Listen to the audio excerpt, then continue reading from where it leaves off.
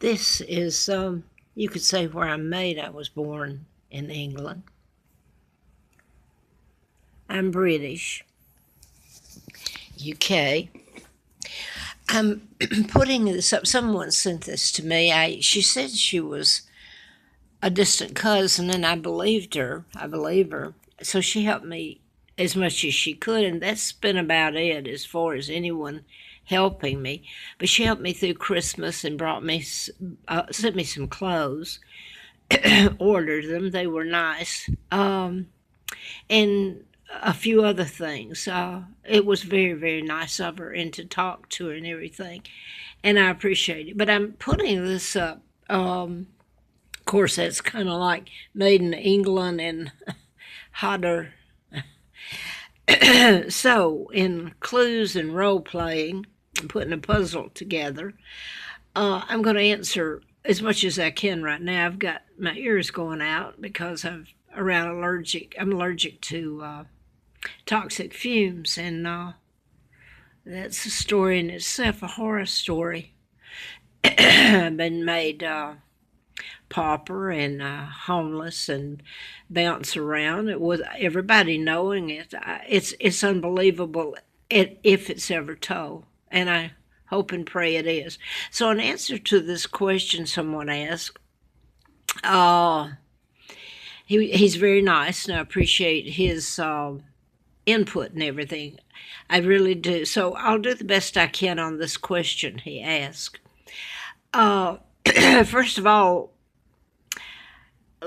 when it gets into pieces of a puzzle and the timeline and that, and other people don't necessarily have it. Seriously. So I think they're turned off by it, and they're so mesmerized by the fake royal family over there, and so much has been done to further taint my father's name, Edward VIII. He never married Wallace Simpson. If you watch how many videos and time put into the lies and takedown of my father, it's horrible, and my mom, and then my kidnapping. In history, you wouldn't hear about me if I hadn't been told, and the Brits hadn't come after me the best they can. Elizabeth's in power in that she could deny me access to come home. After all, I can't get a passport. I'd have to use a dead twin name. That's the one I have to use. And let's put it this way, it'd take an army to bring me home. And she has so ingrained herself with my money and running around, hobnobbing, living in castles, and not like Cinderella, but running around in coaches and all this, and the pomp and all the jewelry and crowns. They don't even belong to her. She's a war criminal, but she has ingrained herself within so many top officials, and part of them being, part of them being the global government, the Illuminati that kidnapped me back then. But they became, after they kidnapped me, they became it allowed them to invade the UK with illegal treaties signed by George VI and then Elizabeth.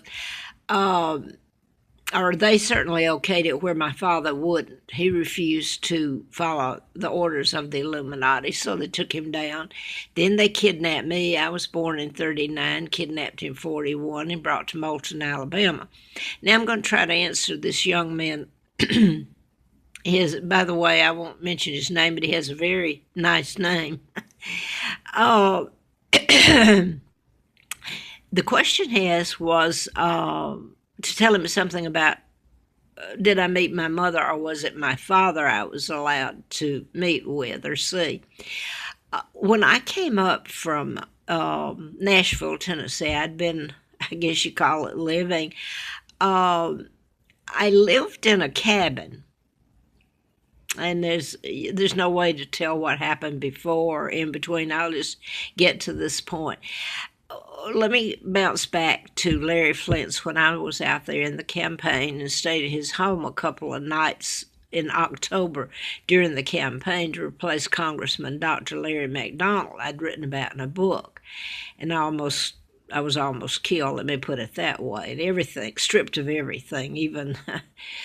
uh, okay, the two people I met when I was out there was Dennis Hopper. I met Tom Laughlin, who played in Billy Jack, the movie Billy Jack. I think there's a sequence. I know there was. Anyway, he was I like both of them. Tom Laughlin was very impressive, too, if you talk to him in person. Of course, the movies was great, but he's really impressive. But anyway, when I'm in Nashville, here's one of the things that comes back to play. The Macklemores, his name was Billy Jack Macklemore.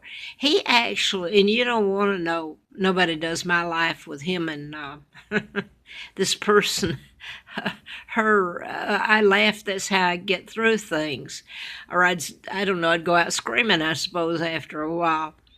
Anyway, I ended up in Nashville, and I won't even try to tell what went on there. I lived up in an attic, and Billy Jack had a truck, and he pulled the mattress that I slept on out of the Salvation Army dumpster, and it had been ministrated all along. Okay, this is the way they've made me live, a horror story. I'm going to go ahead and put this. His name's Billy Jack Macklemore. And they weren't his children, I don't think. I think they were his girlfriend, Mary Ann's. So she was there too, and her kids. I was made to sleep with them, and they wet on me. You couldn't sleep. It's horror. And not just, I mean, it gets worse than that all the time, but I wanted to throw that in. Later, Billy Jack told me he was on the way, I think, to the hospital in Nashville, and he told me that before he resigned from the Navy, or however, left the Navy, retired, whatever, he said that someone jerked him in a room before he left and told him when he would meet me and what to do. Okay, now, that was in Nashville, and I had gotten a job working at night, and I had to walk. I didn't have a car or anything. I'm going to go ahead and put this in. I did work for Wachter, who was an attorney there. He owned the two cabins. And was it two? Yeah, well, cabins. They were in Madison, Tennessee, Nashville. And I remember that, because this plays into it if it's ever told. I mean, you really would appreciate some people involved in this, and the Brits. Okay, the log cabins were next to, who sang the Beverly Hillbillies? Oh my God, I'm having trouble because they're tarring the roof. Can you imagine if you're allergic to toxic fumes? I'm just about dead, my hearing. Anyway, Earl, oh God, I can't even think. Lester Flatt and Earl Scruggs. Okay, Earl Scruggs was the one that his son lived a couple of doors down from the cabin. And that gets a little bit in it, not much, really, not interacting with me, but they did with Billy Jack and his wife. Anyway, she signed me up because I don't have a way to go, and I'm kept penniless. And they went down and signed me up on food stamps, and when they came back, this is really what gets to be nightmares when it's one on top of another. They got the food stamps, and they had put me on their food stamps. They could have taken me down, since I'm on had to have something to eat, I suppose, and signed me up by myself. But they didn't, because they took my food stamps. And it was shocking because when they came in with the food stamps, they had the food stamps. They were in their names, and they had their two daughters came in. They were about 5 and 7, I think, and they came in with potato chip bags, the great big ones, all kinds of uh, junk food, kind of, and then the other. And I'm going to leave it at that. I didn't have anything. I slept in the attic. I walked to work. I slept on a bed that had been ministrated on and pulled out of the um, uh, dumpster, had been put in there by the Salvation Army. And that's just one. Okay, so now let me get to this. I was given a promotion and I was hoping to get out of there because it really gets rough there, where we're staying in that cabin. In fact, he even took the check. I worked for Wachter, the attorney, for a few days. I think somebody was on vacation. He deliberately, this where I've gone has been planned. Is how it's done. This Wachter came out to the cabin and he handed the check. He came out and announced. He could have handed it to me or come to the door and asked for me to hand it to me. Instead, he came in. He handed it to Billy Jack McLemore. I didn't have my money. They did. They had the food. They had it all. It was a horror story there, too. It has been. Okay, so that's where Billy Jack comes in. That's the name. And originally it was Tom Laughlin that I met out at Flint's, Mr. Flint's. Okay, I get on a bus, Greyhound, because I was promised the job promotion. I couldn't get to it really because then Billy Jack invited his daughter he hadn't seen in years up, and it was too much. They I in front of a cop that I called. Marianne, she wasn't his wife, girlfriend, mother of the two children. She slapped me across the face, sitting there with the cop looking, and he just grinned.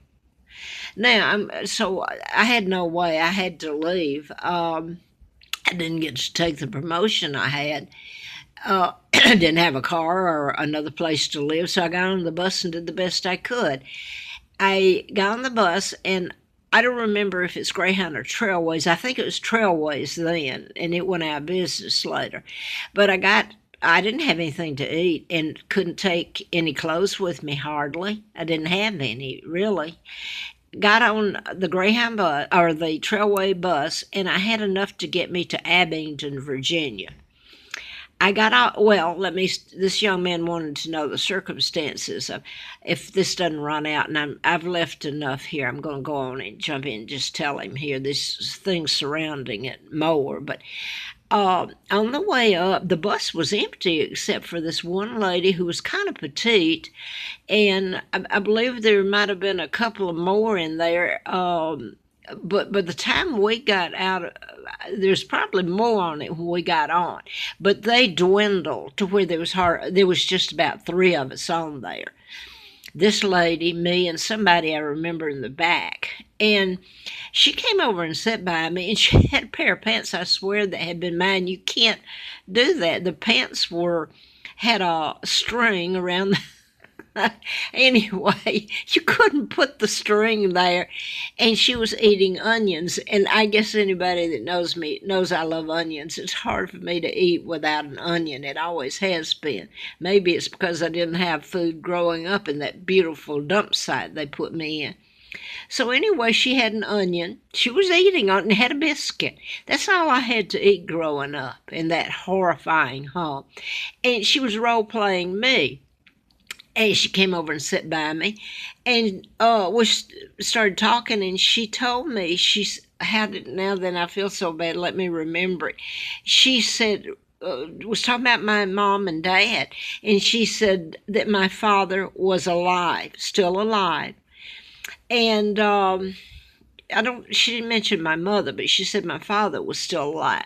So anyway, I talked to her some, and then I had to get off in Abingdon. She was still on the bus, so Roanoke, where I'm at now, is not that far away.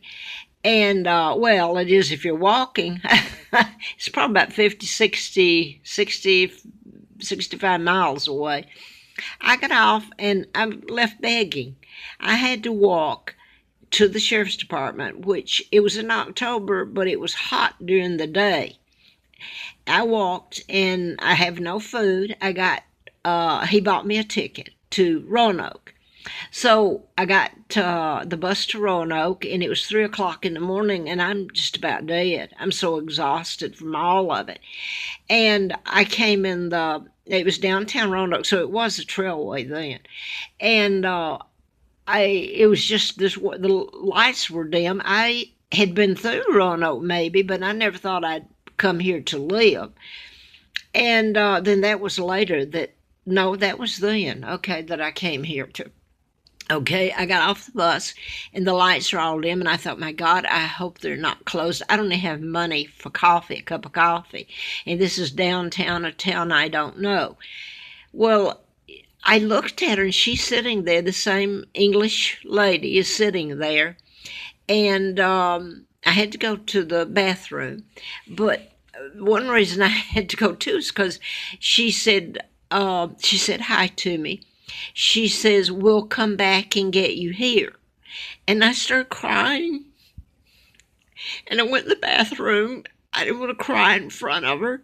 And I came back out and she was gone. It was night. I think that I was allowed to sit there till 6 o'clock when the rescue mission opened.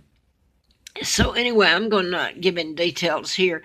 It was, I had no money. I was staying at the rescue mission and going to the library, downtown library, during the day when they would let you in and sit, because I like to read anyway. It was an outlet for me rather than just being on the street or trying to find a job when you don't have money or, But anyway, I was sitting there. You have to go to church at the rescue mission, and they don't let you stay that many days. And it doesn't matter the circumstances. I've been treated worse than the worst criminal walking the streets, believe me. So this is going to go off, and I didn't get to mention much to this young man except answer his question here.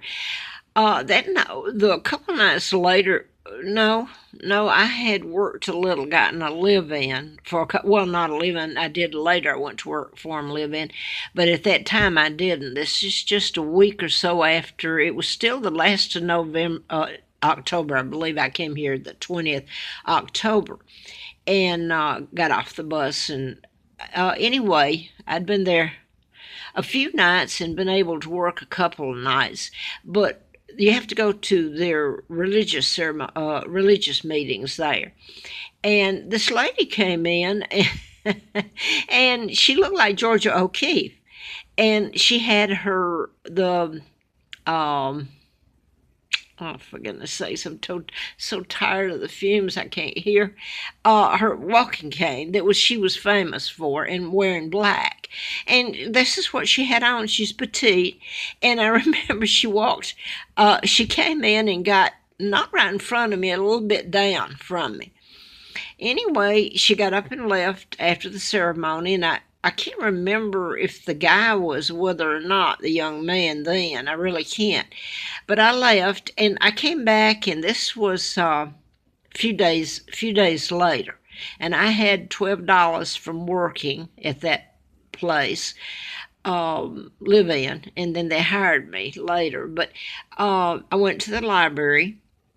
Well, I was on the way. I'd gotten up, and you have to get out at a certain time. And I was on my way, and this lady that I thought, it crossed my mind, she looks like Georgia O'Keeffe. She walked out to me. She had slept out on a slab or something not far from the rescue mission, and the sky was